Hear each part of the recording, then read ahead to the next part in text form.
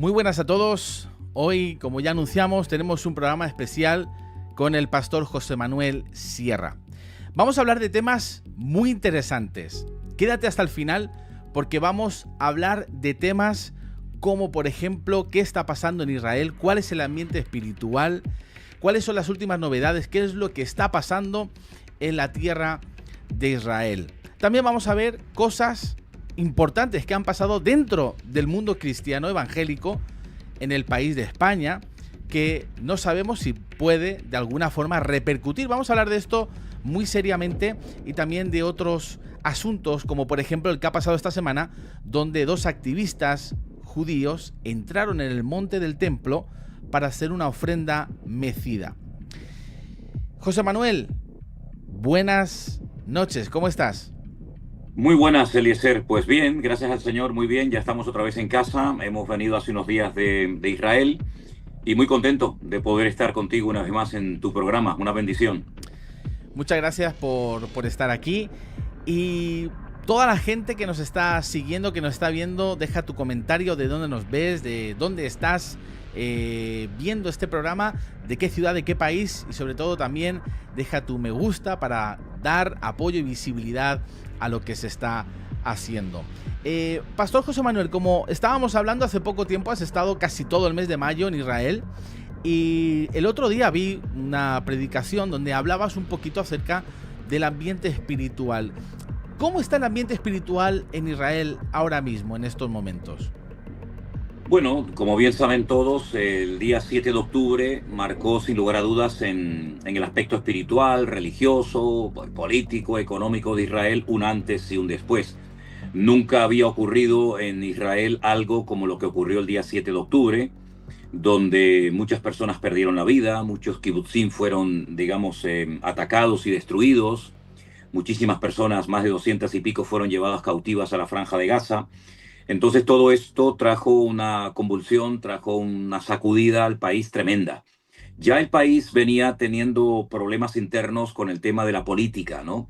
Sabes que no hay ningún partido hoy por hoy en Israel, como por ejemplo pasa también en España, que no gana por mayoría absoluta. Entonces esto implica que tienes que pactar con otros pequeños partidos para poder de alguna manera mantenerte en el poder. Ya había un caldo de cultivo en los días previos al 7 de octubre, pero lo que pasó ese día fue ya la gota que rebosó el vaso. La gente no esperaba nunca que ocurriera algo tan trágico como lo que ocurrió ese día, y muchos de los que fueron allí a esa parte del país, a la zona del desierto, por decirlo de alguna manera, que estaban en aquella fiesta que desde mi punto de vista nunca tenía que haberse celebrado, y menos en aquellos días, en los que se estaba celebrando pues otras cosas, con un aspecto más religioso, trajo un dolor, trajo una fractura al país tremenda. El país está unido en el sentido de que todos ven que están siendo amenazados, que están luchando por su supervivencia, pero por otra parte el país está también muy dividido, porque por una parte están los familiares de los que se encuentran todavía secuestrados, muchos de ellos muertos, otros poquitos vivos. Están los que dicen que hay que entrar y tomar posesión de esa franja que hace casi más de 20 años le pertenece en fin, a la autoridad palestina, o en este caso a Hamas. En fin, hay muchas divisiones internas. Ahora, espiritualmente hablando, es triste porque creo que Israel no ha llegado a un quebrantamiento nacional, que es lo que yo esperaba y anhelaba, que esto pusiera al país de rodillas. No ha sucedido así. De hecho, estando yo allí, pude ver en muchos carteles y en muchas paredes grafitis diciendo volveremos a bailar, volveremos a danzar. Y estando yo en Jerusalén se celebró otra fiesta nova, ¿vale? Lo cual quiere decir que desde mi punto de vista Israel sigue jugando con fuego. No es consciente del tiempo profético en el cual nos encontramos. Y he visto fiestas, macrofiestas, donde abunda la droga, el sexo, la bebida, de una manera tremenda. Luego, por otra parte veo que las congregaciones en Israel, tuve la oportunidad de predicar en esta ocasión en una de ellas, concretamente en una iglesia en Beersheba. No creo que estén tampoco siendo conscientes de lo que está ocurriendo y de lo que está pronto a ocurrir y no están cumpliendo con su papel de ser luz y de ser sal. Sé que lo tienen muy difícil, sé que hay mucha presión, sé que hay muchas reservas y muchos ataques, ¿verdad? Pero por otra parte, la iglesia tiene que despertar, sobre todo en Israel, donde es fundamental que los creyentes pierdan el miedo, porque también hay mucho temor, ¿eh? Yo he oído la palabra miedo en algunos hermanos que nos vinieron a visitar en el hotel donde estábamos, miedo a testificar, miedo a identificarte como cristiano por miedo a las repercusiones, pérdida de trabajo, etcétera. Por lo tanto, el ambiente espiritual de Israel está muy enrarecido y no está, repito, no está en su mejor momento, porque creo que Israel, el gran problema que tiene es la tremenda ceguera espiritual que le ha caracterizado durante muchos siglos, ceguera que está profetizada en la Biblia. El profeta Isaías dice que vendría una ceguera temporal a ese pueblo hasta que reconocieran al Mesías, y ese tiempo aún no ha llegado. Digamos que, para resumir, se ha producido efectivamente una restauración nacional, viniendo millones de de judíos de muchas partes del mundo, pero la restauración espiritual aún no se han producido, que eso es lo que hace falta para que Israel por fin reconozca el verdadero Mesías y no los falsos Mesías que sigue todavía reconociendo hasta el día de hoy. Eso es curioso también porque también vi que habían reconocido un Mesías que no es el Mesías. Pusiste una foto, Sí. como que habían carteles, ¿no? Cuéntanos acerca de este Mesías que ellos han reconocido, supuesto Mesías. Sí, bueno, este supuesto Mesías, este falso Mesías, hablando claro, es un tal Lubavitch que no nació en Israel, es de origen askenazí, que por cierto está muerto, y su fotografía aparece en muchísimos lugares. Prácticamente te la encuentras por todo el país, en farolas, en carteles, en muchas sinagogas, y lo reconocen como el Mesías. Incluso hablando con algunos de sus seguidores me decían que están esperando que en cualquier momento resucite. Entonces, es un señor que no cumple los requisitos bíblicos para ser reconocido Mesías, pero yo creo que por parte de algunos sectores es tan grande la desesperación, es tan grande la frustración que sienten, que bueno, que son capaces de nombrar a cualquier personaje con un poco de carisma o de influencia como el Mesías. Pero no cabe la menor duda de que una vez más, y no será ni la última, la primera ni la última vez, que Israel reconoce a un falso Mesías que por supuesto no tiene absolutamente nada que ver con el Mesías profetizado por los profetas en el Antiguo Testamento. El verdadero Mesías sigue sin ser reconocido en la gran mayoría del pueblo de Israel, aunque hay muchos hermanos nuestros y pastores y congregaciones, pero lamentablemente el problema principal y más grande que Israel tiene en este momento es que se niega a reconocer a Yeshua, al Señor Jesucristo, como el verdadero Mesías. Y todo, en cierto sentido, gira en torno a ese reconocimiento. Cuando llegue ese reconocimiento, pues las cosas cambiarán radicalmente. Pero todavía, lamentablemente, no podemos hablar de eso.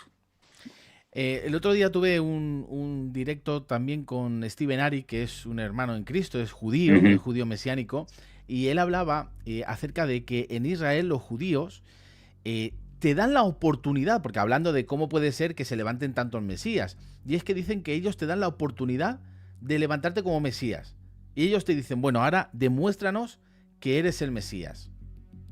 Ahora, con todas las profecías que hay, si este señor que han mencionado está muerto, ¿cómo puede ser que ellos sigan creyendo que es el Mesías?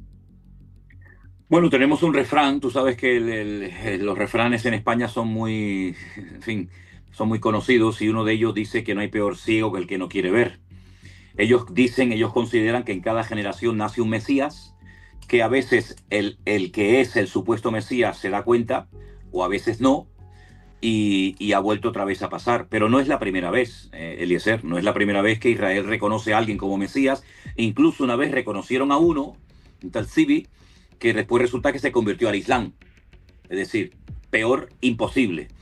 Pero lamentablemente esto es lo que produce la desobediencia, el orgullo, la arrogancia, y cuando nos dejamos llevar más por libros, llámese Mishnah, llámese Talmud, etcétera, en vez de dejarnos llevar por lo que dice la palabra de Dios, pues podemos caer en errores terribles. Da igual si son judíos, cristianos o de cualquier otra rama de cualquier creencia. ¿Cómo crees que el pueblo judío va a despertar espiritualmente? ¿Cómo te imaginas, a la luz de la palabra, que este acontecimiento tan esperado, ¿verdad?, va a suceder? ¿Cómo será este momento? Bueno, el pueblo de Israel, la Biblia lo denomina pueblo de dura cerviz, lo cual quiere decir que Israel no es fácil de doblegarse. Israel no es fácil de dar su brazo a torcer. Date cuenta, por ejemplo, que Israel tuvo durante siglos, durante mucho tiempo, un grave problema con la idolatría. Y venían profetas, y venían castigos, y sequías, y hambres, y guerras, y no había manera. Hasta que son llevados, gran parte de ellos, al cautiverio babilónico, donde están 70 años, y después de esos 70 años parece como que ya el tema de la idolatría ya no volvió nunca más a manifestarse en el pueblo de Israel. Prueba de ello, y en honor a la verdad, que Israel podrá tener, entre comillas, muchos defectos y pecados, pero no ha vuelto a caer otra vez en el pecado de la idolatría. Por lo tanto, lo que la Biblia habla acerca del tiempo de angustia de Jacob, un tiempo de estrechez, un tiempo de depresión, parece ser que va a ser el sistema que el Señor va a utilizar para llevarles a un quebrantamiento nacional.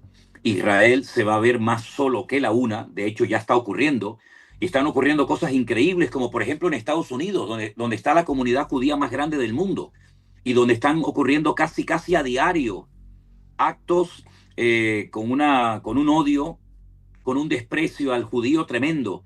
Ayer un señor pegando carteles, hablando un poquito acerca de los hatufín, de los, ¿cómo se llama? De los secuestrados, pues fue atacado violentamente, le golpearon. Días atrás, otro fanático también había prendido fuego y había atacado a una serie de personas que estaban manifestándose a favor de los cautivos en Israel, en la Franja de Gaza. Estando nosotros allí, recibimos la terrible noticia de que un hermano nuestro en la fe, hijo de uno de los guías que nosotros hemos contratado en alguna ocasión, nuestro hermano Daniel, su hijo y su futura esposa, que se iba a casar dentro de muy poquito tiempo, había sido tiroteado a las afueras de un museo en la ciudad de Washington, en Estados Unidos, y la persecución contra los judíos se ha desatado en todas partes del mundo. Parece que estamos en plena guerra mundial, la Segunda Guerra Mundial. Actos vandálicos contra sinagogas, contra comunidades judías en Australia, Alemania, Francia, Italia, Estados Unidos. Todo esto va a provocar que miles, por no decir millones de judíos huyan a Israel, y allí es donde Dios les va a mostrar su poder, y allí donde van a reconocer que Jesús es el Mesías. Y cuando le vean venir en las nubes, según Zacarías capítulo 14, y verán al que traspasaron, harán gran lamentación. Sí, llegará un momento en el que habrá un reconocimiento nacional, pero eso va a llevar tiempo, porque Israel va a entrar en un callejón sin salida, y va a ocurrir lo mismo que cuando Noé estaba en el arca, que a la única dirección a donde podía mirar era hacia arriba, porque no había ventanas laterales, sino solamente una arriba, ¿no? Y el Dios de Israel va a ser el único que no les va a abandonar. Yo estoy plenamente convencido que toda esta fe, esta confianza tremenda que tienen en Trump, se van a llevar una gran desilusión. De hecho, ya han comenzado a verse algunos detalles muy significativos, y Israel tiene que aprender que no puede agarrarse a hombres, no puede agarrarse a políticos, sino en el único que tiene que confiar es en su Dios, el cual nunca les ha abandonado, aunque ellos a él en muchas ocasiones sí. Ya que mencionas esto, me han venido dos cosas a la mente. Una fue algo que yo escuché en una de tus predicaciones, que yo pensaba, sinceramente, te voy a ser honesto, yo pensaba, digo, yo creo que está exagerando un poco, ¿no? Cuando tú hablaste hace no mucho tiempo, creo que un año, si no recuerdo mal, dijiste, bueno, tengan agua en casa, tengan alimentos, porque yo he soñado que va a haber un apagón, y va a haber un apagón que va a ser algo sin precedentes. Y yo no me puedo olvidar del lunes 28 de abril, cuando de repente estábamos en la oficina, se va la luz, empieza a salir humo por todas partes, los generadores empiezan a pasar, yo me voy para abajo a la ciudad, veo que tampoco hay luz, y yo digo, bueno, algo ha pasado en la ciudad, gordo, pero es que yo no tenía comunicación en mi teléfono móvil. O sea, la angustia que yo viví en ese momento, no porque no tuviera móvil, sino porque yo no sabía qué estaba pasando. Cuando yo voy y veo a los vecinos, todo el bloque de vecinos, bajo en la calle, asustados, alertados, diciendo qué está pasando, gritando unos con otros, un caos. Y habían 30 minutos donde nadie sabía nada. Pongo la radio, apagón nacional. Bueno, tú dices que yo a lo mejor exageré, pero las críticas y las burlas que yo recibí por aquellos comentarios fueron tremendos.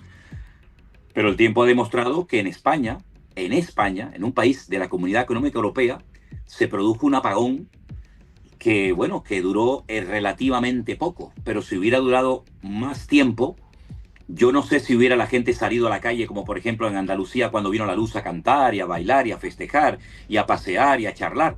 Probablemente hubieran habido muchos problemas, ¿verdad? Y la gente hubiera terminado pues perdiendo la paciencia.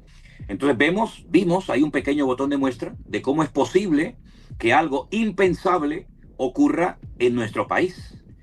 Y por eso yo lo que dije en aquel momento, que yo había tenido en una misma semana 2 sueños donde veía que se iba totalmente la luz. Y claro, si no hay luz, los motores no funcionan. Si los motores no funcionan, no sube agua a los hogares, no hay ascensores, no hay autobuses, no hay cajeros automáticos. Entonces yo vine hablando hace mucho tiempo acerca de una serie de medidas que en el caso de que se diera todo esto, pues nos vendrían de maravilla. En el caso de que no, pues no pasa nada. Pero yo creo que tenemos que estar preparados. Claro, lo que pasa es que si te han enseñado toda la vida que a nosotros como cristianos estas cosas no nos van a afectar, que nosotros nos vamos a ir, que no vamos a sufrir ningún tipo de prueba, de persecución o de presión, pues viva la pepa, como dice el otro, ¿no? Sin embargo, esto ha demostrado que esto puede ocurrir, y de hecho los expertos lo han dicho, que esto puede ocurrir en cualquier momento, y no solamente en España, sino en otros países también de Europa. Y lo peor de todo esto es que había gente que no podían sacar dinero, su dinero, de los cajeros automáticos. Y no podían utilizar sus tarjetas de crédito porque los datáfonos no funcionaban. Es decir, un auténtico caos, un pequeño botón de muestra de lo que se avecina, y por lo tanto yo creo que como creyentes tenemos que ser prudentes y no mirar a otro lado, sino ser prudentes y ser conscientes de que estamos viviendo en tiempos, como dice la Biblia, tiempos peligrosos. Lo dijo ya el apóstol Pablo hace 2000 años en una de sus cartas al joven pastor Timoteo. Yo a lo que quería ir, al punto que quería ir, que parecía impensable, y por eso digo exagerado, porque yo pensaba que no iba a ocurrir. Los venezolanos se reían, los cubanos se reían. Esto pasa en mi país, pasa todos los días. Digo, sí, pero es que a nosotros no nos pasa, aquí no pasa. Exacto, es el primer mundo, eso es lo que muchos aún no llegan a entender. Pero, entre otras cosas, The Telegraph decía que esto había sido intencionado por el gobierno español para hacer una prueba sobre las energías renovables. O sea, ellos lo sabían y hasta el día de hoy no tenemos ninguna conclusión. Pero a lo que voy es que mucha gente nos puede llamar exagerados, que nos gusta meter miedo, que nos gusta exagerar, que nos gusta... Pero hay otra cosa que dijiste que me llamó la atención poderosamente. Porque la primera fue la del apagón, y ocurrió. Pero la segunda, cuando eran las elecciones de Estados Unidos, dijiste: cuidado con Trump, porque no pongamos nuestras esperanzas en Trump, porque salga Trump, o salga Trump, o salga Kamala, o salga quien tenga que salir, lo que tenga que pasar proféticamente en la Biblia va a pasar. Y hay algo que ha pasado en las últimas semanas, y es que Donald Trump ha visitado Medio Oriente, ha hecho acuerdos con Qatar, ha hecho acuerdos con terroristas como Yomani de Siria, ha hecho acuerdos millonarios con Qatar, y no ha visitado su mayor aliado, que es Israel. La gente se puso las manos en la cabeza. Parece que sacaron un comunicado, oye, que no, que nosotros estamos con Israel. Pero esto ha dejado serias dudas sobre si realmente la alianza entre Estados Unidos e Israel va a seguir en pie, porque parece ser, y esto ya están saliendo documentos, que su mayor aliado no es Israel en Medio Oriente, sino es Qatar, por la cantidad de dinero que mueven. Y sabemos que Donald Trump es un empresario, punto y pelota. O sea, aquí no hay nada que discutir. Pero tú también lo dijiste. Tú también dijiste que no alabásemos mucho a Trump, porque Trump, aunque haya hecho cosas positivas para, en este caso reconoció Jerusalén como capital de todo eso, pero Ya lo dijiste, cuidado, cuidado. ¿Qué puedes decir acerca de lo que pasó con Donald Trump visitando todos los países que visitó, menos Israel? Sí. Sí, bueno, hay un texto bíblico que la mayoría de los cristianos conocemos que dice: maldito el hombre que confía en el hombre, más bienaventurado el varón que confía en Jehová su Dios. Por lo tanto, yo creo que cuando ponemos excesivamente la confianza o la fe en un hombre, y más como el pueblo de Israel, pues comete un error terrible. Se le ha llegado a considerar a Donald Trump en Israel el segundo Ciro. Sabes que Ciro fue aquel rey que favoreció la reconstrucción del templo de Jerusalén, etcétera, etcétera, y se le ha llegado a llamar el segundo Ciro. Israel tiene una necesidad de amor impresionante. Israel hace muchas cosas simplemente para ser reconocido. Participa en fútbol, participa en Eurovisión, permite el Día del Orgullo Gay por sus calles, con un despliegue tremendo. Es decir, hace muchísimas cosas como para decir: oye, que nosotros somos como ustedes, que no somos raros, que no somos peligrosos. Y como Israel ve que todo el mundo le odia, que todo el mundo le desprecia, que hay multitudes, millones de personas por todo el mundo que hacen manifestaciones pro-palestinas, que Israel son asesinos, etcétera, etcétera, pues se agarraron a Trump pensando que a través de este hombre iban a poder obtener ese reconocimiento y ese apoyo. Ahora, reconocer a Jerusalén como la capital del Estado de Israel y trasladar la embajada de Tel Aviv a Jerusalén, hombre, pues no es un esfuerzo terrible que Estados Unidos lo va a sufrir en su economía. Realmente es un gesto muy bonito, muy interesante, muy importante, pero digamos que no le cuesta una gran suma de dinero a Estados Unidos. Sin embargo, Israel sí le cuesta dinero a Estados Unidos, porque aunque les pase la factura, en este momento Israel ya se ha gastado 75.000 millones en armas. Estados Unidos ha ayudado muchísimo también a Israel con armas, con tecnología, etcétera. Por lo tanto, yo creo que Israel, y lo vuelvo a reiterar, y este programa queda grabado y el tiempo lo dirá, Trump es un empresario y el mundo lo que lo mueve lamentablemente es el dinero. El mundo no es movido por la fe ni por el amor. El mundo lo mueve el dinero. Y la raíz de todos los males es el amor al dinero. ¿Cómo es posible que un país como Qatar, que sabemos perfectamente a quién financia, y quiénes viven allí, que se han tenido que ir allí y viven a cuerpo de rey, cómo es posible que el presidente de los Estados Unidos acepte un regalo de un avión valorado en más de 400 millones de dólares? Era para decir: nosotros no queremos vuestros regalos, nosotros venimos aquí a solucionar un problema que empezó el día 7 de octubre y que todavía queda pendiente muchas cosas. Pues lo aceptó. Y no fue a Israel. Bueno, no fue a Israel, y yo creo que ahí hay un pequeño o un gran botón de muestra de que lo que mueve a Donald Trump es el dinero. Eso está más claro que el agua. Y por el dinero se hacen barbaridades, y por el dinero se traiciona, se manipula, se engaña, se mata o lo que haga falta. Aceptar regalos de gobiernos que están financiando el terrorismo es una incongruencia. Pero es que peor todavía cuando la gente sabe que en Qatar hay una base norteamericana. Hay una base norteamericana en Qatar. Es realmente impresionante. Y ahora, estos días he oído que el presidente de Siria, que hasta el otro día era un terrorista declarado, se va a ir ahora a la ONU a dar un discurso.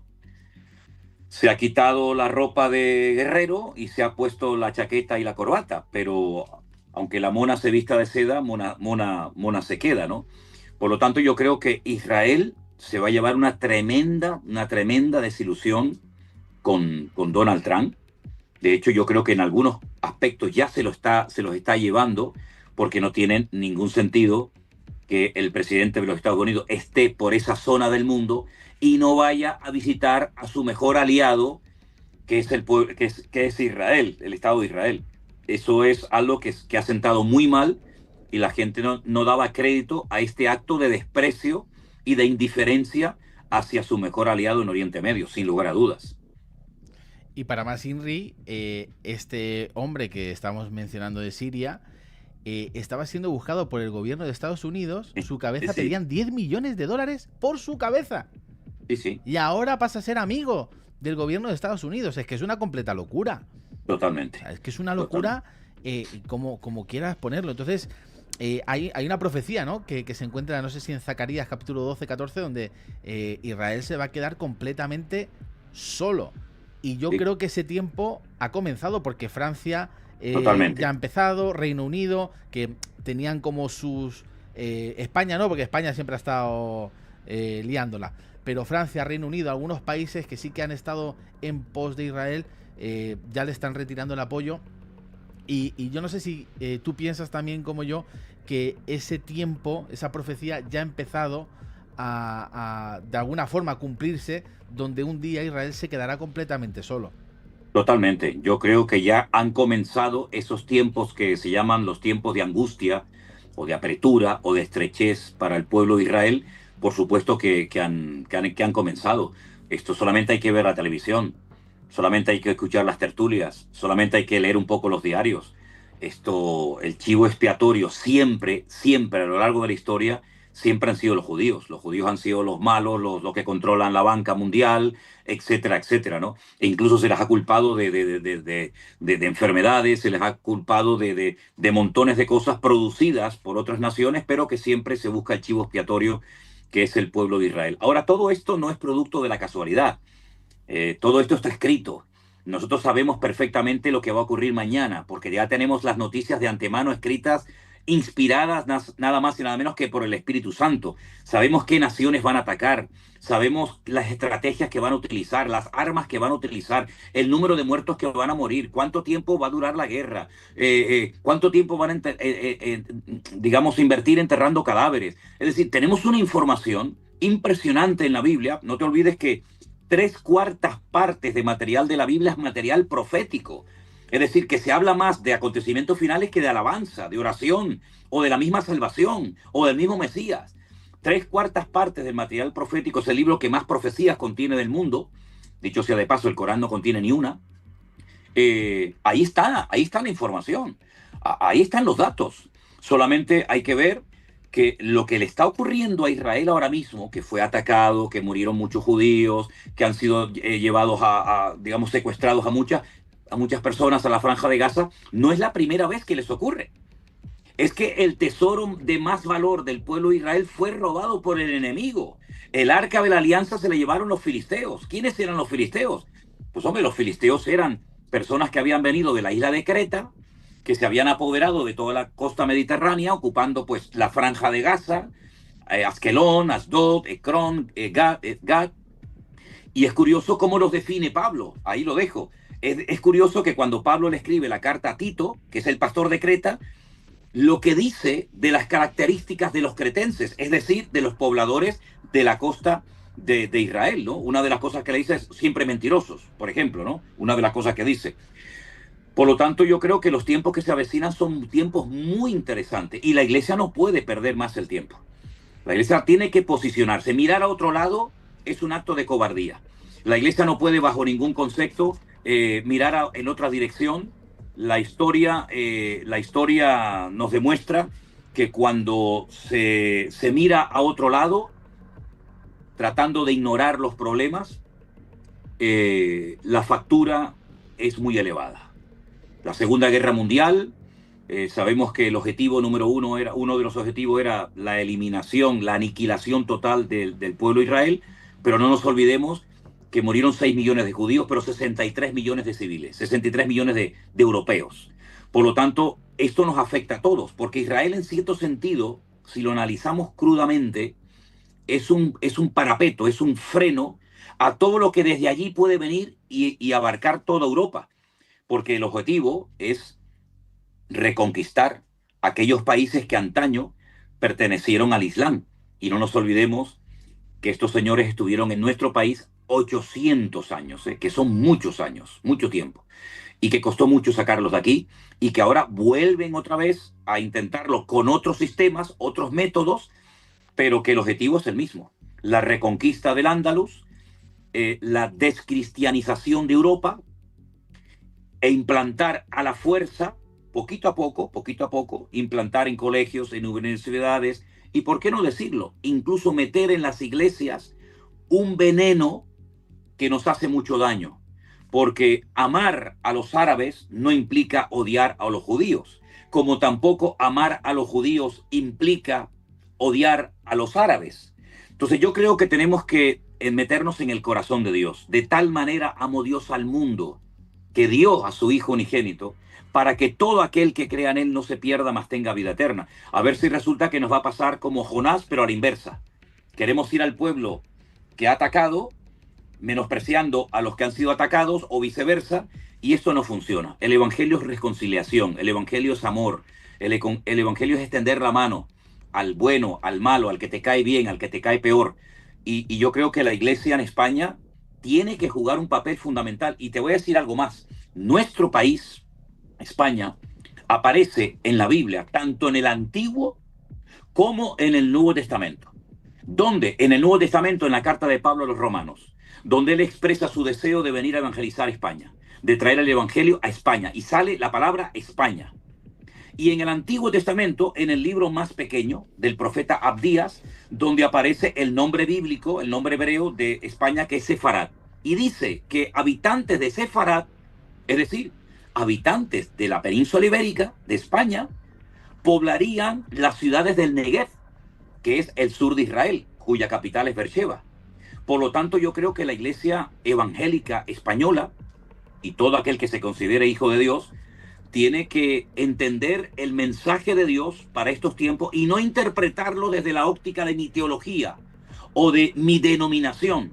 Porque si prevalece mi denominación o mis prejuicios por encima de la Biblia, tengo un gravísimo problema, que es lo que lamentablemente estamos viendo que está sucediendo. Ya que lo estás mencionando, yo me he encontrado, y cada vez más, sobre todo a partir del 7 de octubre de 2023, cuando ya sabemos todo lo que pasó, me he encontrado con un antisemitismo cada vez creciente, al principio no, Sí, pero cada vez más creciente dentro de la iglesia. Ya no solamente yo he intentado hacer entrevistas a historiadores cristianos, he intentado hacer entrevistas a geopolíticos y todos me han rechazado las entrevistas por un motivo: no están a favor de Israel. En una parte me sorprendió, en otra no, pero lo que más me sorprendió fue ver gente cristiana, pastores, amigos, gente, bueno, de nuestro entorno evangélico, que cada vez más está con esta idea de, no sé si decir odio, pero sí rechazo a Israel. ¿Por qué crees que la iglesia cada vez más está entrando en un pensamiento antisemita? Bueno, permíteme decirte que hace unos días hice con algunos de los pastores de nuestro ministerio un programa que está ahí colgado en nuestro canal.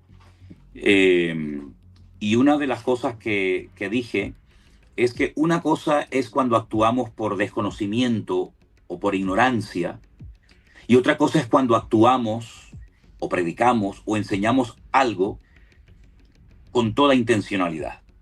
Yo creo que ha llegado el tiempo de definirse. Las escrituras no dejan lugar a la neutralidad.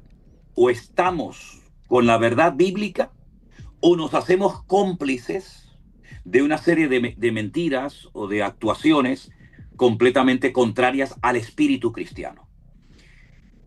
Que en las iglesias entre un espíritu antisemita, eso en un lenguaje que todos lo vamos a entender perfectamente, eso es pecado.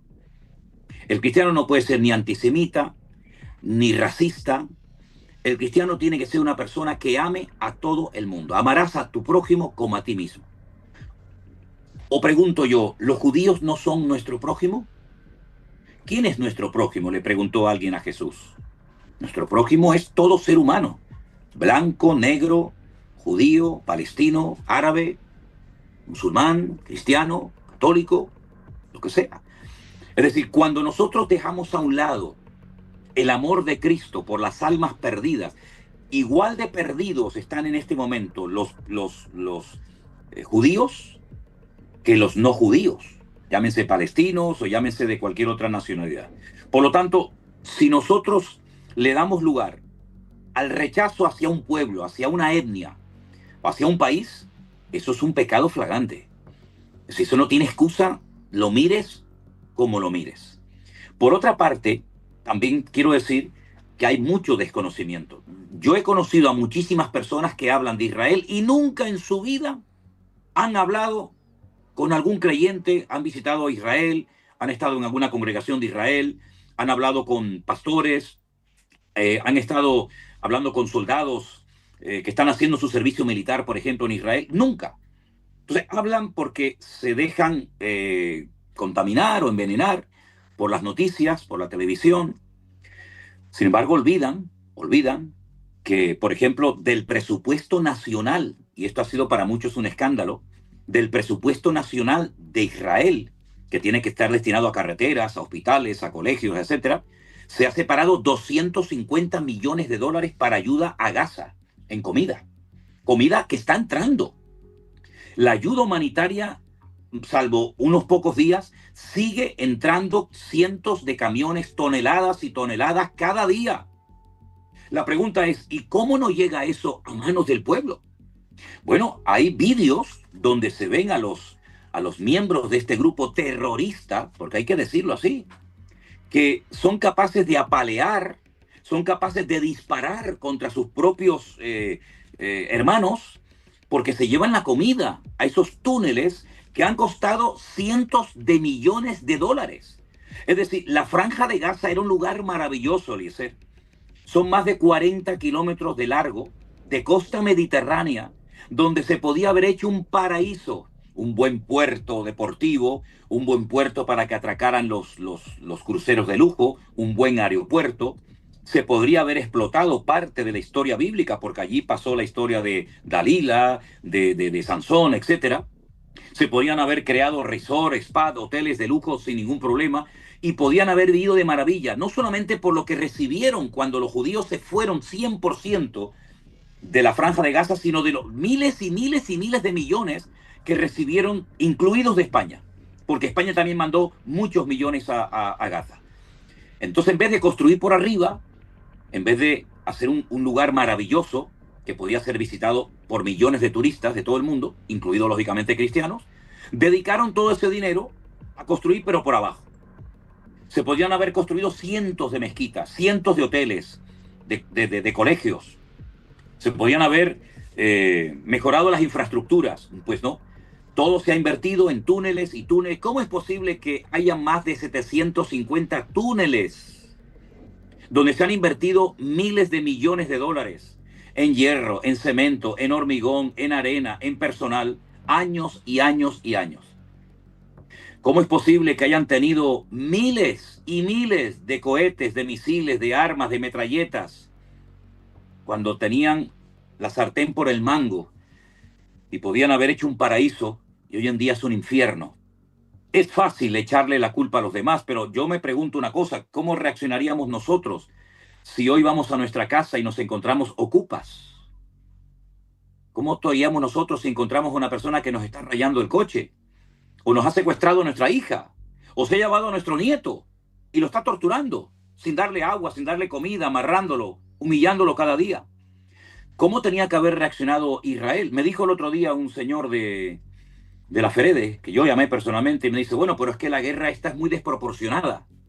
Y yo le dije, bueno, pues entonces, así como habéis tenido valor de escribirle y de dirigir una carta y habéis mencionado con nombre y apellido al primer ministro de Israel, señor Benjamín Netanyahu, le tenéis que haber dicho que a partir de ahora los soldados que lleven arcos y flechas, o tirachinas, o piedras, para que fuera más proporcional. Proporcional no fue el ataque de los miles de cohetes que mandaron el 7 de octubre contra la Franja de Gaza. Proporcional no fue cuando mataron en cuestión de horas a más de 1.200 personas civiles, no soldados, Civiles, niños, familias enteras, abuelos, padres, madres, adolescentes, chicas que fueron violadas por docenas de estos salvajes sin escrúpulos, niños que fueron metidos dentro de microondas y asados vivos, personas que fueron decapitadas, que jugaron al fútbol con el seno de muchas mujeres judías que eran civiles, que estaban durmiendo en sus camas, cómo estrangularon a la familia vivas, a sus niños pequeños, de 1 o 2 añitos creo que tenían. Eso es lesa humanidad, eso es un delito terrible contra civiles. Eso, ¿cómo tenía que haber reaccionado Israel? Pregunto yo, ¿cómo tenía que haber reaccionado Israel? Diciendo, bueno, pues nada, nos aguantamos. O tenía que haber defendido a sus ciudadanos, tenía que haber tomado medidas. Y otra cosa muy importante, alguien dijo en una ocasión, estoy totalmente de acuerdo, si Hamas o los grupos terroristas que han dicho que quieren destruir, lo han dicho, es que no se ocultan, porque los nazis ocultaban pruebas, pero esto las han grabado y las han subido a las redes sociales, que es una paradoja tremenda.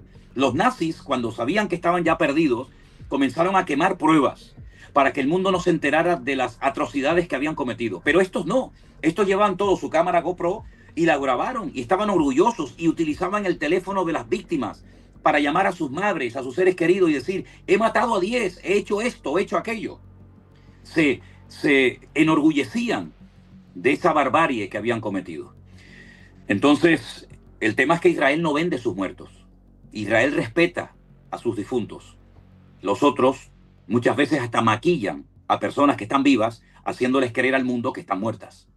Entonces, nadie está a favor de la guerra. Absolutamente nadie está a favor de la guerra. La guerra es un asco, la guerra es lo peor que puede ocurrir. La guerra es algo terrible porque todos pierden. Todos pierden de una u otra manera. Pero lo que está bien claro es que Israel ha puesto una condición que no se ha respetado ni tenido en cuenta.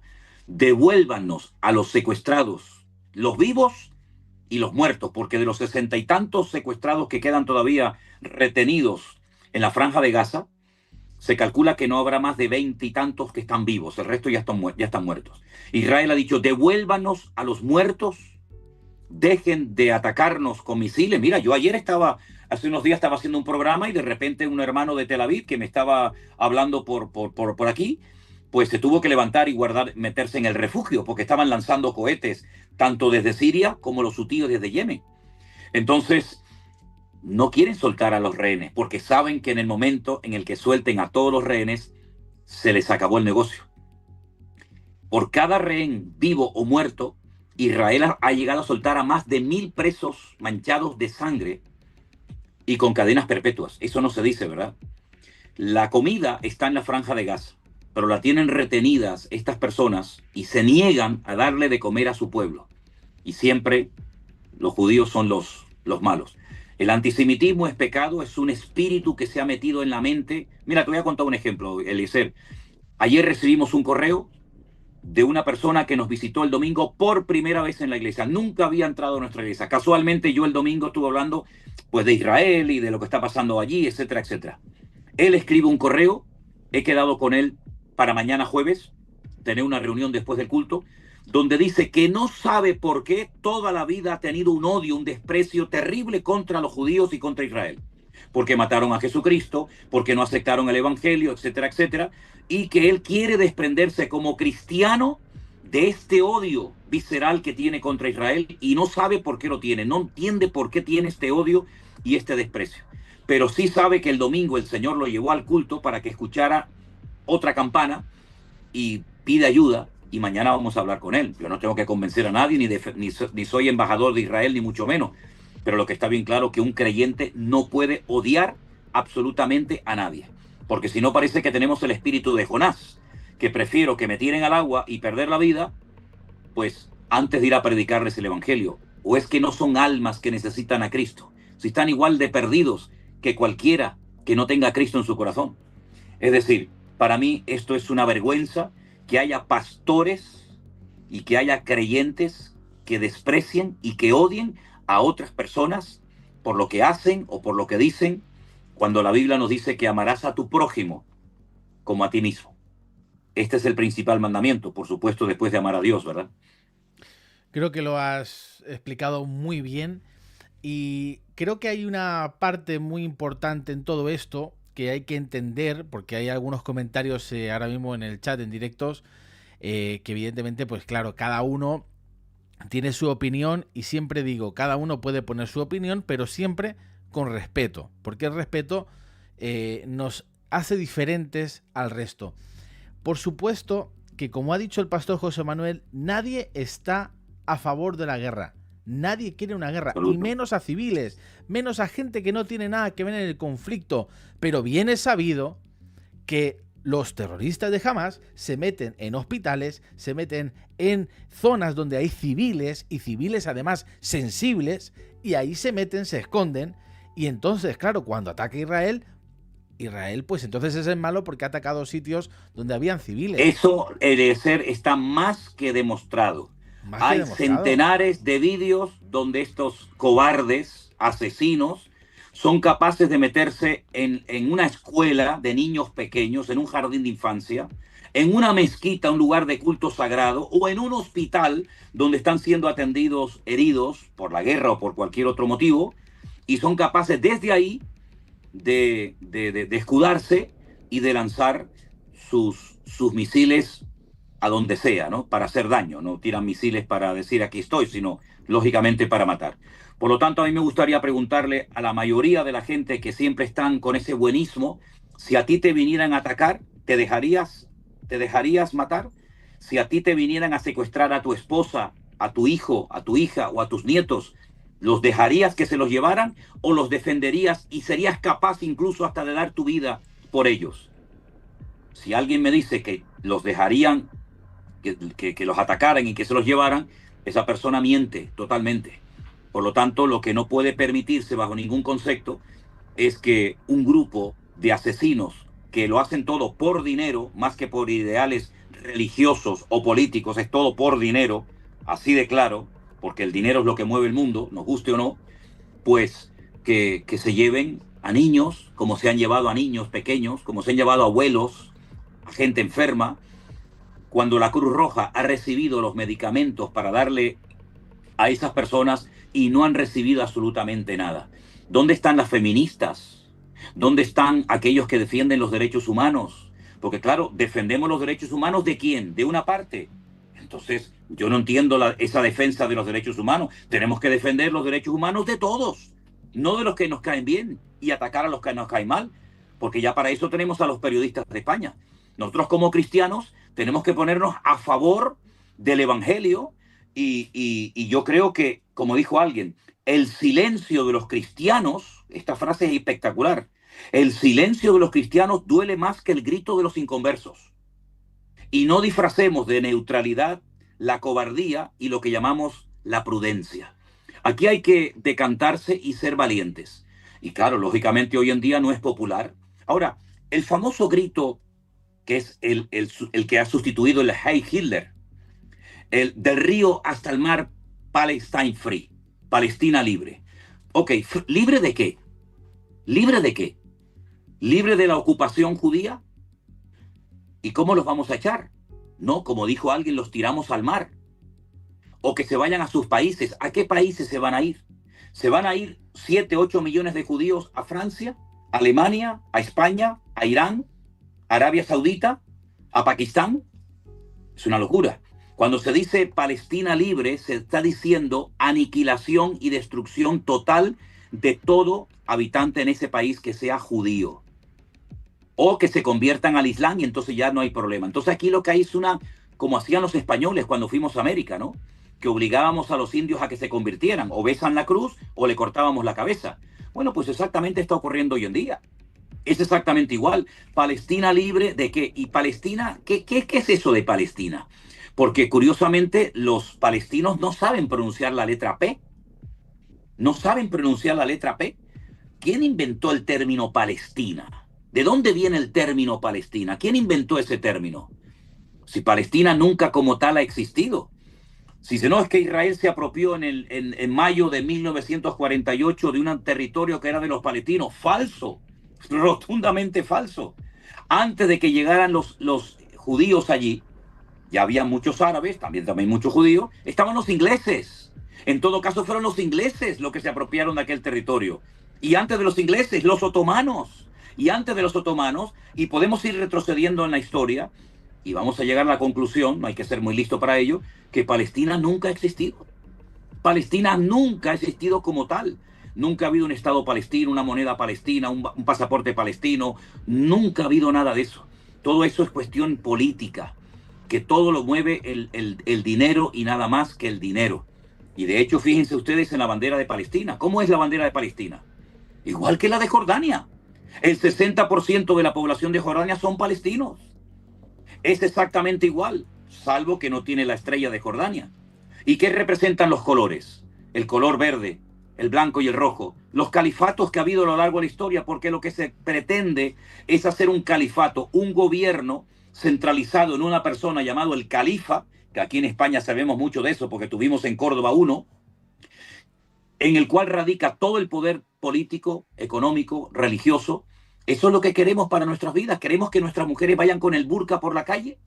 ¿Eso es lo que queremos? Que nos que nos prohíban comer el jamón serrano, que es una de las estrellas de España, ¿eh? Que no nos dejen ir a un partido de fútbol porque en algunos países es pecado, o que las mujeres no puedan conducir porque las apalean y las insultan por la calle. Eso es lo que queremos para nuestros países, que las mujeres vayan vestidas con el burka, que tengamos que rezar el Corán. Dile a todas las cofradías de los católicos en Semana Santa en Sevilla y en otras provincias de España que ya eso está totalmente prohibido. No es que yo esté defendiendo la idolatría, ni mucho menos, pero vamos a ver, lo que no podemos hacer es cerrar los ojos ante una realidad. Aquí lo que se quiere es cambiar nuestra cultura, nuestro estilo de vida, cambiar nuestras costumbres e implantar a la fuerza un sistema que lo acepte. Pues para mí está totalmente ciego y de espaldas a una cruda realidad. Nosotros lo que queremos es que prevalezca la verdad, y la verdad es Cristo, y vamos a seguir hablando de él, le guste o no a la gente, porque si la iglesia calla, ¿quién hablará por nosotros entonces? Es así. Y has mencionado algo también acerca, bueno, hablando de lo que estamos hablando ahora, tocando el tema del antisemitismo dentro de la iglesia. En estas semanas has mencionado algo acerca de Ferede, que ha hecho un comunicado donde bueno, pues le dice, ¿no? Se dirige a Benjamín Netanyahu para que cese la guerra. Lo tengo aquí. Lo tienes ahí. Este Sí. comunicado, para quien no sepa qué es Ferede, es la Federación de Entidades Religiosas de España. Es la federación que delante del gobierno representa a todas las... es una institución que representa a todas las iglesias evangélicas, una institución muy importante cara a lo que viene siendo todas las iglesias evangélicas, porque todas, absolutamente todas, si tienen que ser reconocidas por el Estado para poder casar, etcétera, etcétera, tienen que pasar por Ferede.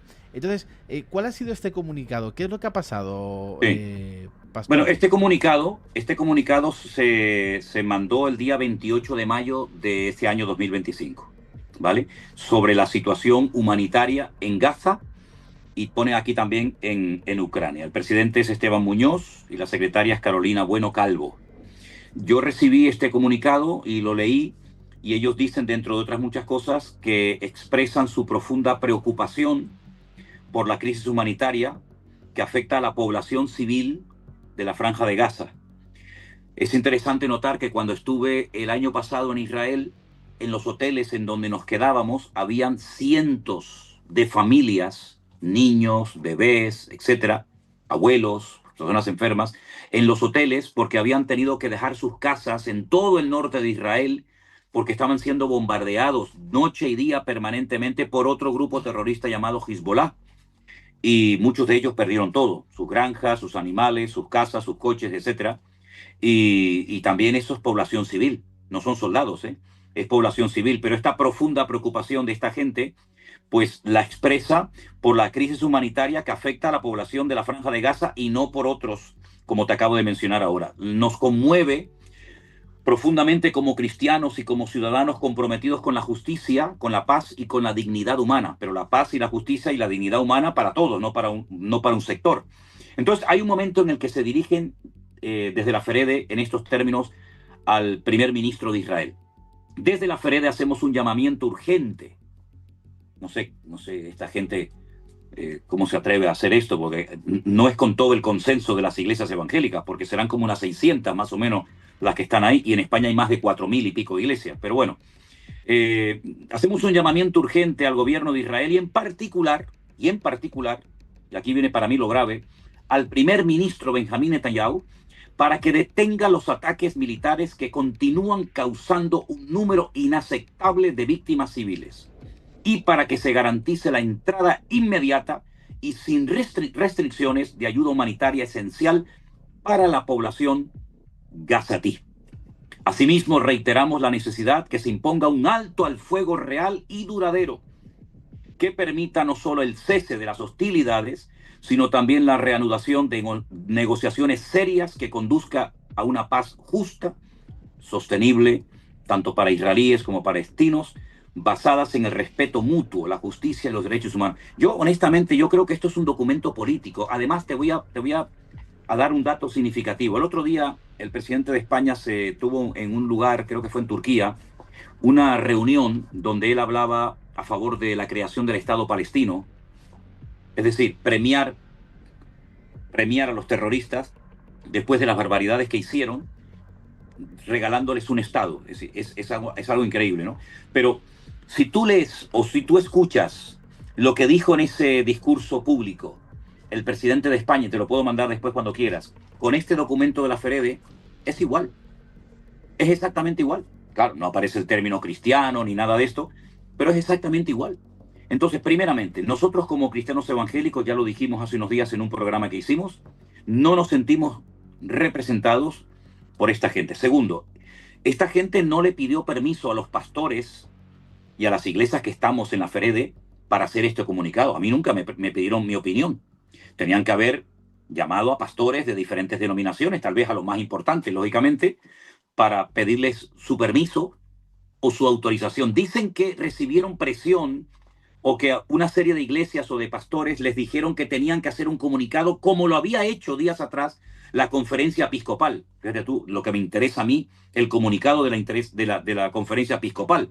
Ahora ya es el colmo que para nosotros los cristianos evangélicos la conferencia episcopal me la pongan como ejemplo. Ya eso es el colmo, vamos.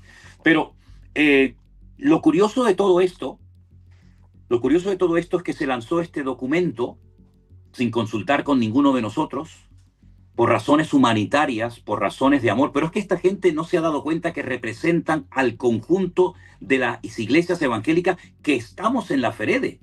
No representan solamente a un sector. Yo soy consciente de que hay pastores y hay iglesias que están totalmente en contra de todo lo que tú y yo estamos hablando en esta tarde. Soy consciente de ello. Vivimos en un país libre, cada uno puede, desde el respeto, expresar sus opiniones. Pero oiga, es que usted solamente se ha puesto a favor de un bando, no a favor de todos los cristianos evangélicos que formamos parte de la FEREDE. Y un dato más, esta gente que están en la FEREDE reciben subvenciones del Estado español. Eso hay que decirlo, ¿eh? Y el que paga manda. Eso siempre se ha dicho y lo sabemos. Reciben mucho dinero del gobierno español, y no solamente eso, sino que cada iglesia tenemos que pagar cuotas mensuales para que la FEREDE funcione. Entonces, vamos a ver, ni nos sentimos representados, y pregunto, ¿con qué derecho han hecho esto estas personas? Esta gente tiene que pedir disculpas, esta gente tiene que pedir perdón, porque en este documento se oculta muchas cosas. Se habla de Ucrania, pero no se menciona, por ejemplo, a Putin. Parece que hay miedo, hay miedo. Expresan una profunda preocupación, pero ¿por quiénes? ¿Por los desplazados?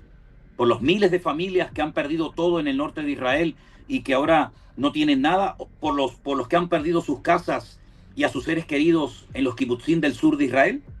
¿Expresan su profunda preocupación y su amor por los que están secuestrados en este momento? ¿Por las familias que han perdido a sus hijos?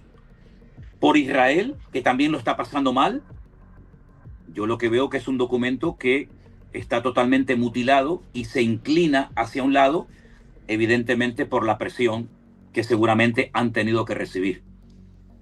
Por lo tanto, este es el documento que esta Federación de Entidades Religiosas Evangélicas de España ha enviado y nosotros dijimos en nuestro programa, y aprovecho a estar aquí contigo para decir que nosotros no nos sentimos representados en este momento por esta gente, y es el colmo que esta gente haya asumido un poder tan grande, porque no hay otra federación, lamentablemente, si no me iba ahora mismo, que haya tenido tanto poder que parece que si ellos no te dan una serie de documentos no puedes casar, no puedes hacer esto, no puedes hacer aquello. Eso es un monopolio del poder total y absoluto. Esto es una dictadura religiosa disfrazada de evangelio.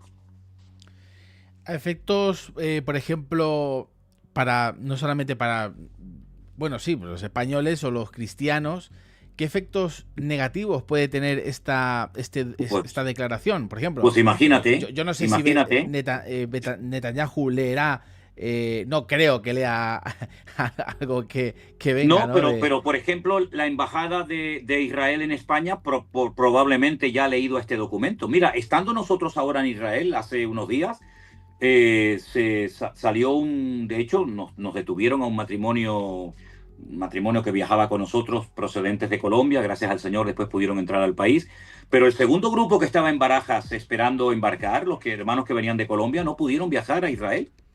Y ahora hay como una especie de penalización a los colombianos y se les pide visado que no se les va a dar, ¿vale? Que no se les va a dar por, en fin, por declaraciones y por el rechazo constante y permanente por parte del presidente de Colombia, que ese también hay que echarle de comer aparte también.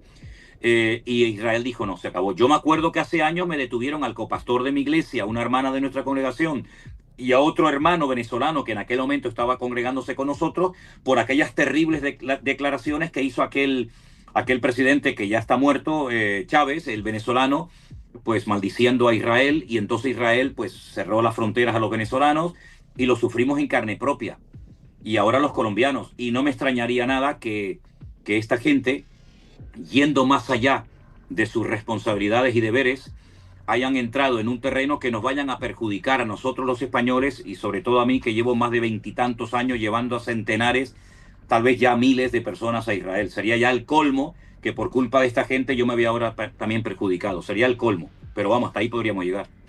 Dentro de esta cantidad de tiempo, que son 20 años, más de 20 años, llevando gente a Israel, conoces profundamente a Israel. De hecho, muchas veces te quedan más días allí Bueno, porque sé que disfrutas el estar allí. Porque conocer profundamente a Israel es complicado, ¿eh? Cada año que voy, cada viaje que voy, descubro un Israel nuevo. Pero en todos estos años, en todos estos 20 años, ¿has notado un aumento de pasión por Israel, de amor por Israel dentro de las iglesias? Tú que has llevado tantos grupos, ¿o has notado quizás un bajón o un cambio de tendencia? Mira, Eliezer, yo me muevo en un ambiente a lo mejor diferente al que se mueven otros. La gente viene conmigo a Israel porque saben que yo amo Israel, tengo hermanos, tengo amigos en Israel hace muchos años, y para mí es un privilegio y un gozo el poder estar en ese lugar enseñándoles a los hermanos que van la Biblia. Mira, en todos estos años que te puedo hablar de, no sé de cuántos, pero de muchos, muchos, muchos grupos, nunca he conocido a un hermano que me haya dicho o que haya comentado a otras personas: he perdido mi tiempo, he perdido dinero, no sé para qué vine aquí. Al contrario, la última noche, cuando nos despedimos todos en una reunión donde tomamos testimonios y tal, de qué les ha parecido la experiencia, lo que más les ha gustado, etcétera, etcétera, todos siempre dicen: comenzaremos a ahorrar y a orar para que el Señor el próximo año nos permita volver a Israel. De hecho, esta mañana recibía un correo, un WhatsApp de unos hermanos de Ecuador, de la ciudad de Arequipa, creo que es, de Arequipa, no, de Cuenca, donde ellos me decían que están ya ahorrando y pensando en volver a Israel. Todo el mundo que va a Israel viene impactado y ojo, nuestras raíces están bien arraigadas a la palabra, ¿eh? No somos judaizantes, ni ahora entramos en una crisis de fe, que si el sábado, que si el domingo, que si el Antiguo Testamento, que si las velas, que si... No. Al contrario, nos reafirmamos más en nuestra fe. Jesucristo es el camino, es la verdad, es la vida. Yo tengo que ganar al judío, no el judío no me tiene que ganar a mí. Estamos bien arraigados en la palabra, sabemos a lo que vamos y a lo que no vamos. Y he visto que todos los que van se enamoran, pero ¿cómo no nos vamos a enamorar de un lugar que está plagado de Biblia? Si es que por todo lugar donde caminas hay Biblia y Biblia. Los llevé, por ejemplo, a un mirador que hay en la ciudad de Nazaret, muy bonito, donde te puedes pegar todo el día hablando de Biblia. Mira, allí enfrente vivía la tsunamita. Allí estuvo Eliseo en su casa. Aquí estuvo Gedeón con los 300 que bebieron agua de aquel lugar. Aquí estuvo Barak. Aquí estuvo la guerra de no sé qué. Es que si tú amas al Señor y por consiguiente amas su palabra, te enamoras. Porque es que allí, como yo digo, allí se ve la Biblia. Es que aquí te tienes que imaginar, oye, ¿cómo será el huerto de Getsemaní? ¿Y cómo será Capernaum? Oye, ¿y Jerusalén cómo será? ¿Y cómo será, no sé, Nazaret? Es que allí no tienes que imaginarte nada. Es que allí lo vives, allí lo ves, allí lo hueles, allí lo sientes. Y además, cuando vienen hermanos, que yo invito hermanos de otras congregaciones a que vengan al hotel, nos abrazamos, lloramos, oramos juntos al Señor y todos dicen gracias, gracias porque las oraciones vuestras las sentimos, nos sentimos arropados, sabemos que no estamos solos, pastores que nos dicen venid, venid a visitarnos. Es decir, nos damos cuenta de que ir a Israel no es que sea imprescindible, pero mi esposa, Elena, dice, por lo menos una vez en la vida, todo pastor debería ir a Israel. Porque allí te vas a dar cuenta que algunas, no digo todas, algunas cosas que has predicado resulta que no eran como tú te las imaginabas, sino son completamente diferentes a como tú te las habías imaginado o habías compartido.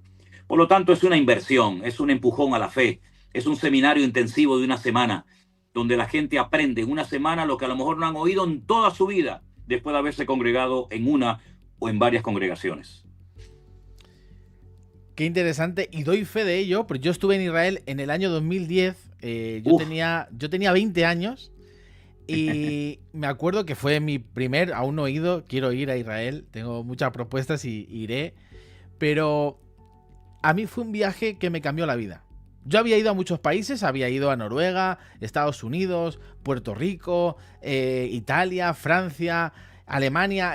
He visitado muchos países, No tiene nada que ver, no tiene nada que ver. Pero el mejor viaje de mi vida, y lo sigo sosteniendo hoy, y te lo puedo decir del año 2010. No, yo hago ahora programas de Israel, pero no. Yo cuando tenía 20 años, el mejor viaje de mi vida fue en el año 2010, cuando fui a Israel, pisando las calles de Jerusalén, y yo me acuerdo un momento muy especial, en el huerto de Getsemaní, que orando, nos dieron 10 minutos, cada uno nos fuimos a un rincón a orar, y yo me acuerdo, José Manuel, de un momento donde miras el monte del templo, sentado, sabiendo que un día él volverá, empecé a llorar, y yo solo empecé a orar por la familia, mi familia que no está convertida, por mi ciudad. O sea, hubo un quebrantamiento por los no creyentes, los no alcanzados, tremendo.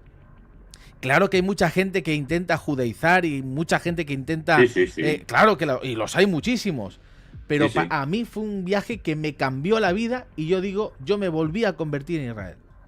Pues yo te digo una cosa, yo no te considero ni un fanático evangélico, ni un fanático como cristiano, te veo una persona muy bien centrada, hijo de pastor, en una buena congregación, en una buena iglesia con sana doctrina, y lo que estás diciendo espero que llegue a muchas personas para que se den cuenta de que realmente no es una locura ni un fanatismo religioso, sino que es un amor, porque a mí me dijo una vez una escriba, yo tengo un amigo allí que es escriba, lo cual no significa que sea religioso, aunque también lo es, pero él me dijo, ¿sabes?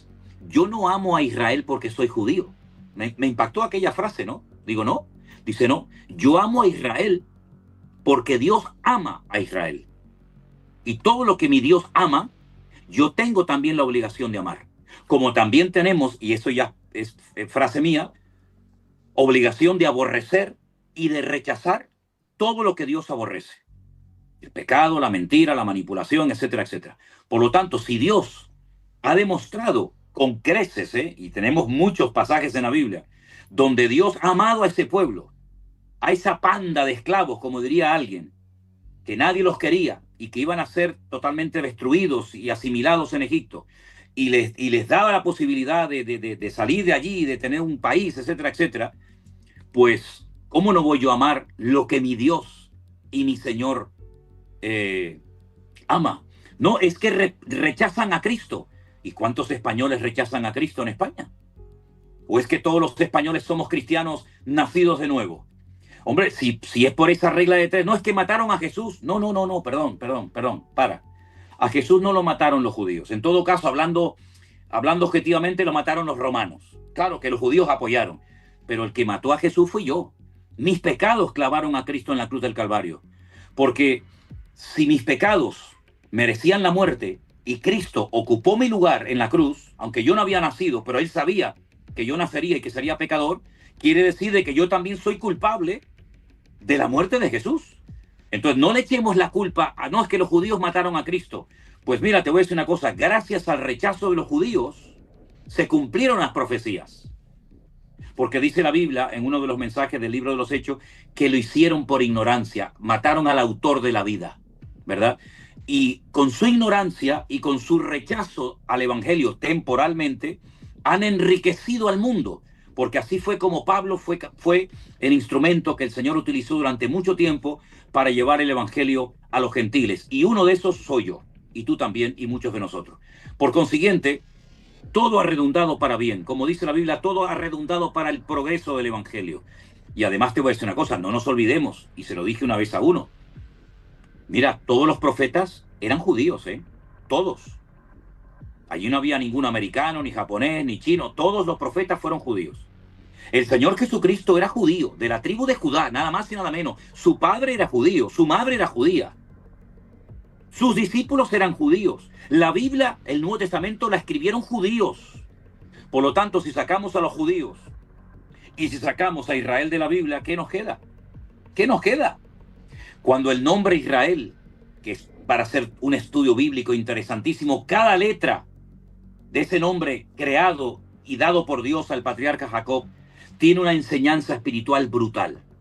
Entonces, cuando una persona le da lugar al odio a Israel o al judío, ¿habrá nacido de nuevo esa persona? Porque hay un texto que dice que el que no ama no ha conocido a Dios. El que no ama no ha conocido a Dios, porque Dios es amor. Ya sería otro tema para tratar otro día.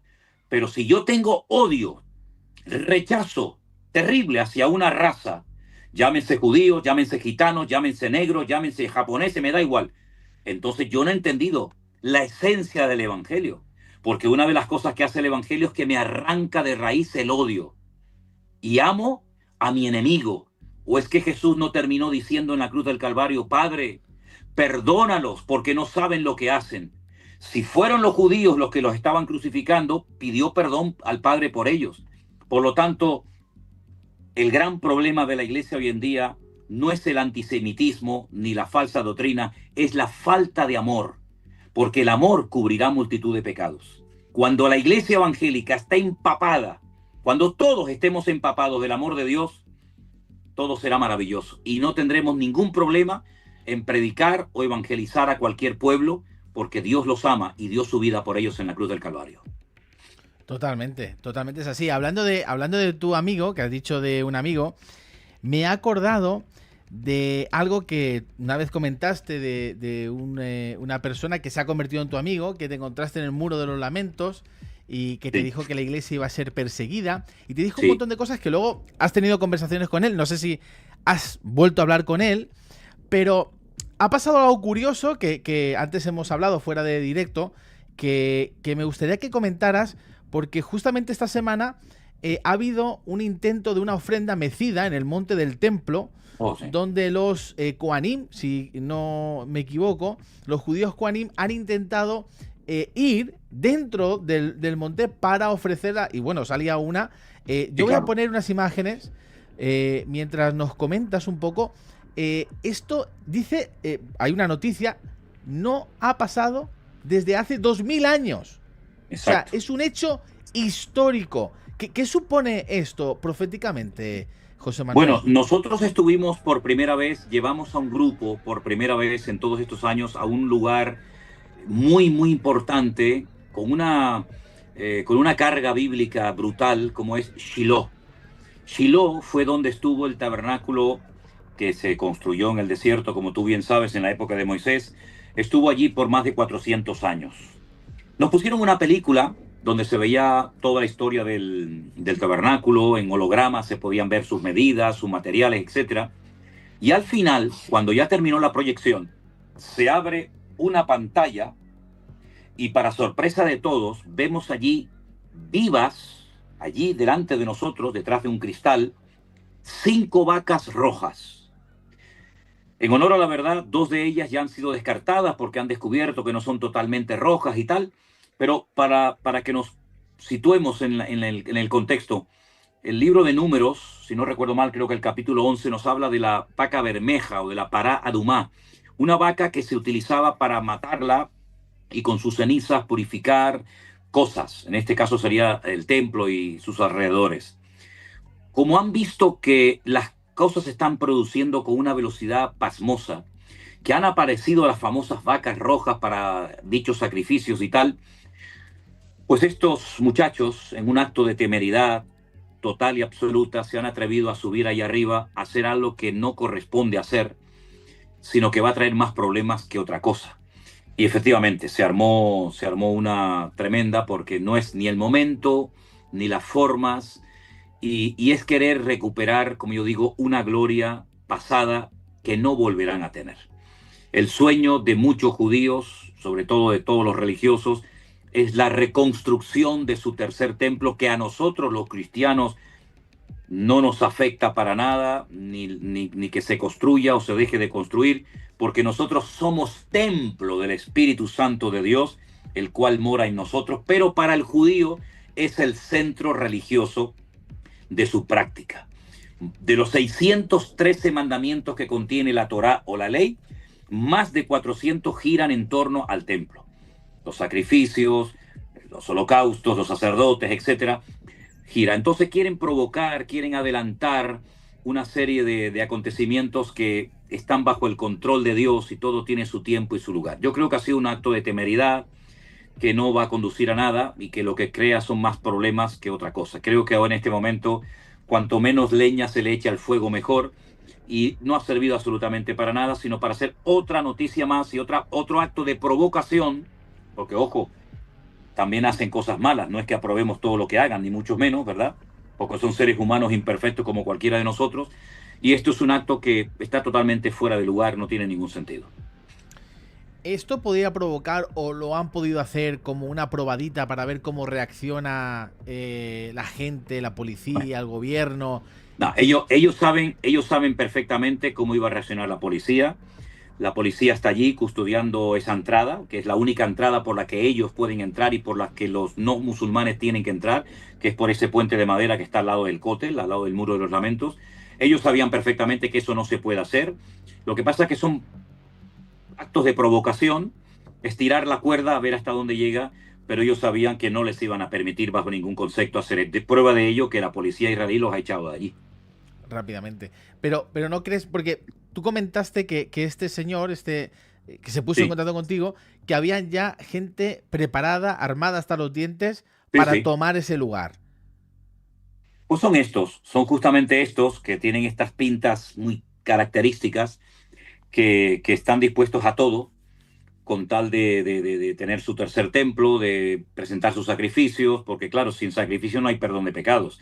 Ellos se reinventaron después del año 70 después de Cristo con la destrucción del templo y sustituyeron oraciones por los sacrificios, ¿verdad? Pero ellos saben perfectamente que esto no iba a terminar bien, pero es intentar a ver qué pasa, intentar a ver qué sucede, pero no te olvides que allá arriba hay fanáticos religiosos que esos están dispuestos también a cualquier cosa. Allí están los mártires de Al-Aqsa y allí hay personas custodiando permanentemente el lugar, porque para ellos es un lugar muy importante. Para el Islam es uno de los lugares más importantes, porque ellos creen que desde allí subió al cielo montado en un caballo blanco el profeta Mahoma. Por lo tanto, es un lugar para ellos muy importante y va a ser todo un misterio cómo se va a resolver la reconstrucción del templo allí. Solamente Dios lo sabe. Pero nosotros lo veremos, el tercer templo. ¿Eso se llegará a construir o no se llegará a construir? No, construir se va a construir. La Biblia dice a través de la carta del apóstol Pablo que el inicuo, el hombre de pecado, el hijo de perdición, se sentará en el templo de Dios haciéndose pasar por Dios. La Biblia nos habla de la reconstrucción del templo y de la profanación del templo. Es decir, no es que se va a construir y no va a pasar nada. No, no. A los 3 años y medio de su reconstrucción se va a profanar el templo. Se pondrá la abominación desoladora, ¿no? Entonces sí se va a construir, y yo creo que, dado los acontecimientos que cambian tan rápidamente, no me extrañaría nada que nosotros viéramos la reconstrucción del templo de Jerusalén. Tengo que avisarte que me estoy quedando sin batería, no Sí, yo, sino el sí. teléfono. Yo tengo batería para rato, pero Sí, sí, sí. probablemente ya Se, estoy en la recta final de la batería. se vaya a cortar. No, es interesante saber porque en un momento determinado ellos lo único que querían era, y de hecho el primer ministro Netanyahu les dijo, oye, necesitamos ofrendar en ese lugar. Lo único que queremos es ofrendar ahí en ese lugar. Y le mandaron un comunicado, una serie, no me acuerdo ahora mismo, pero mandaron un comunicado para que les dejaran ofrendar ahí. Imagínate por un momento que llega un personaje que dice, bueno, sí, construimos el tercer templo, dejamos de hacer sacrificios, pero esto sigue siendo un lugar sagrado para los musulmanes. O hace una especie de mixto ahí, no sé. Sea como sea, se va a liar. Hay muchas hipótesis, hay muchas opiniones. Una parte de los judíos dicen que si no se construye el templo, el Mesías no puede venir. Otra parte dice que el Mesías viene con el templo. Otros dicen que no es exactamente allí el lugar donde hay que construir el templo. Otros dicen que se puede dividir en dos partes, judíos y palestinos por otro lado. Sí, hay muchas opiniones. El tema es que nadie sabe exactamente cómo se van a dar todos esos acontecimientos, pero se va a liar, Eliezer. Ten Se la va a liar. completa seguridad de que se va a liar. Se va a Se va a liar. liar. Y Sí, sí. ya por último, esto lo dejamos para otro programa, pero has mencionado los colores de la bandera palestina. El otro día escuché a un rabino, Jonathan Kahn, que se llama, que él decía que los 4 colores no sé si lo has escuchado, los Sí, cuatro sí, colores sí. de la bandera palestina significan los 4 jinetes del apocalipsis. Bueno, es Eh, que, vamos a ver, eh, el verde en los 4 caballos del Apocalipsis, o lo tradujo mal el Castellano de Reina, o aquí pasa algo, porque hay un caballo que es amarillo, que no es verde. Pero bueno, en fin, eh, respeto la opinión, como también hoy escuché algo muy interesante que dice que en la Biblia hay un dragón. En Apocalipsis, capítulo 12, si no recuerdo mal, la mujer que huye del dragón, pues el dragón representa a China, es uno de los símbolos de China. ¿Estará China en la profecía bíblica? Bueno, yo creo que sí, pero si es el dragón ese, o puede ser o no puede ser. En fin, hay muchas opiniones. Los caballos del Apocalipsis son simplemente metáforas, formas de desarrollarse una serie de juicios, concretamente 7, y esa es la forma como empieza el anticristo a hacer de las suyas, a darse a conocer su puesta en escena, ¿no? En un caballo blanco, con un arco sin flechas, etcétera, y va cambiando de color, se va viendo las circunstancias económicas, el hambre, etcétera, etcétera, la hiperinflación, la desaparición del dinero, el control total de la población, que vamos abocados a todo eso. sí, Está más claro que el agua. Estamos controlados permanentemente. sí, sí, sí, sí. Vayas a donde vayas. No, el euro digital ya sabemos Hoy, que es una de hoy, las hoy me llegaba cosas. una noticia muy interesante, que hay algunas sectas, de ahí me vino el texto que cuando digáis el Cristo está aquí o el Cristo está allá, no lo creáis, porque como sale el relámpago del oriente hacia occidente, así será la venida del Hijo del Hombre. Pero hay sectas que ya están tratando de hacer con inteligencia artificial y con hologramas y con toda esta tecnología, como la aparición de ángeles en el cielo, haciendo como que viene el Señor Jesucristo en su segunda venida, con una imagen gigantesca que se puede ver por millones de personas. Todo esto ya está, digamos, pensándose, y se van a hacer milagros demoníacos. La Biblia dice que hará el anticristo y el falso profeta, incluso harán llover fuego del cielo imitando al profeta Elías. Habrán falsas señales, prodigios, que podrán engañar incluso a los escogidos. Y si aquellos días no fueren acortados, dice la Biblia, nadie sería salvo, más por causa de los escogidos. Entonces, lo bueno de todo esto es que vamos a ver cosas que durante generaciones ni siquiera se podían haber imaginado que se dieran, pero que nosotros somos una generación, créeme, Eliezer, realmente privilegiada, porque estamos viendo cosas en poco tiempo que pasaron siglos. Por lo tanto, vivimos en unos tiempos muy, muy interesantes de la historia del cristianismo y de la Hablando humanidad. de la humanidad, totalmente. Hablando de noticias interesantes, yo he visto una justo esta tarde. Hay como una casa de apuestas, pero no es una casa de apuestas normal. Es algo que se maneja en Estados Unidos muy fuerte, que se llama poli no sé qué. Tiene un nombre que ahora no me acuerdo. Pero allí, por ejemplo, es gente donde pone el dinero tanto si sí como si no. Pero es algo como gubernamental, ¿no? Donde si quieren saber estadísticamente qué va a pasar, por ejemplo, Donald Trump, sabían que iba a ganar porque ahí salía que sí. Y este año, por primera vez, han puesto una apuesta de que Jesús va a venir antes de que acabe el 2025, por primera vez. Y ya han invertido más de $200.000 que va a venir antes de que acabe el 2025. Para imaginaros la locura colectiva que el mundo está sumida. Es que es algo... Oye, con lo fácil que es leer la Biblia y sacar tus propias conclusiones leyendo el manual de instrucciones de Dios, la gente se inventa cosas y cuanto más raro, como que más fama y más aceptación tiene, ¿no? Es así, es así. Bueno, José Manuel, muchas gracias por tu tiempo, gracias por estar aquí, de verdad que ha sido una bendición tremenda. Creo que ha sido un programa muy interesante, hemos hablado de cosas muy interesantes. Yo no he leído los comentarios porque solamente te tengo en pantalla a ti, pero bueno, ya leeré los comentarios porque imagino que habrá habido de todo, ¿no? Pero bueno, como tú podrás comprender, con la edad que tengo y a estas alturas de mi vida, honestamente, los comentarios a favor o en contra... A mí yo ya he aprobado los exámenes, no tengo que demostrar ya a estas alturas nada, ¿no? Totalmente. Bueno, José Manuel, muchísimas gracias. Un abrazo. Que el Señor te veo prontito por tu tierra. Y nos vemos pronto en Alicante. Que el Señor te bendiga mucho. Claro que sí. Un abrazo, hermano querido. Chao, bendiciones. Chao. Bueno, ahí tenéis al pastor José Manuel, que ya se ha despedido de nosotros. Ha sido una bendición poderlo tener en este directo.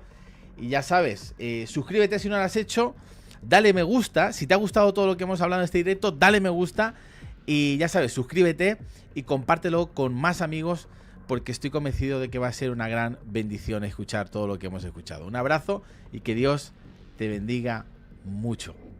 Bendiciones.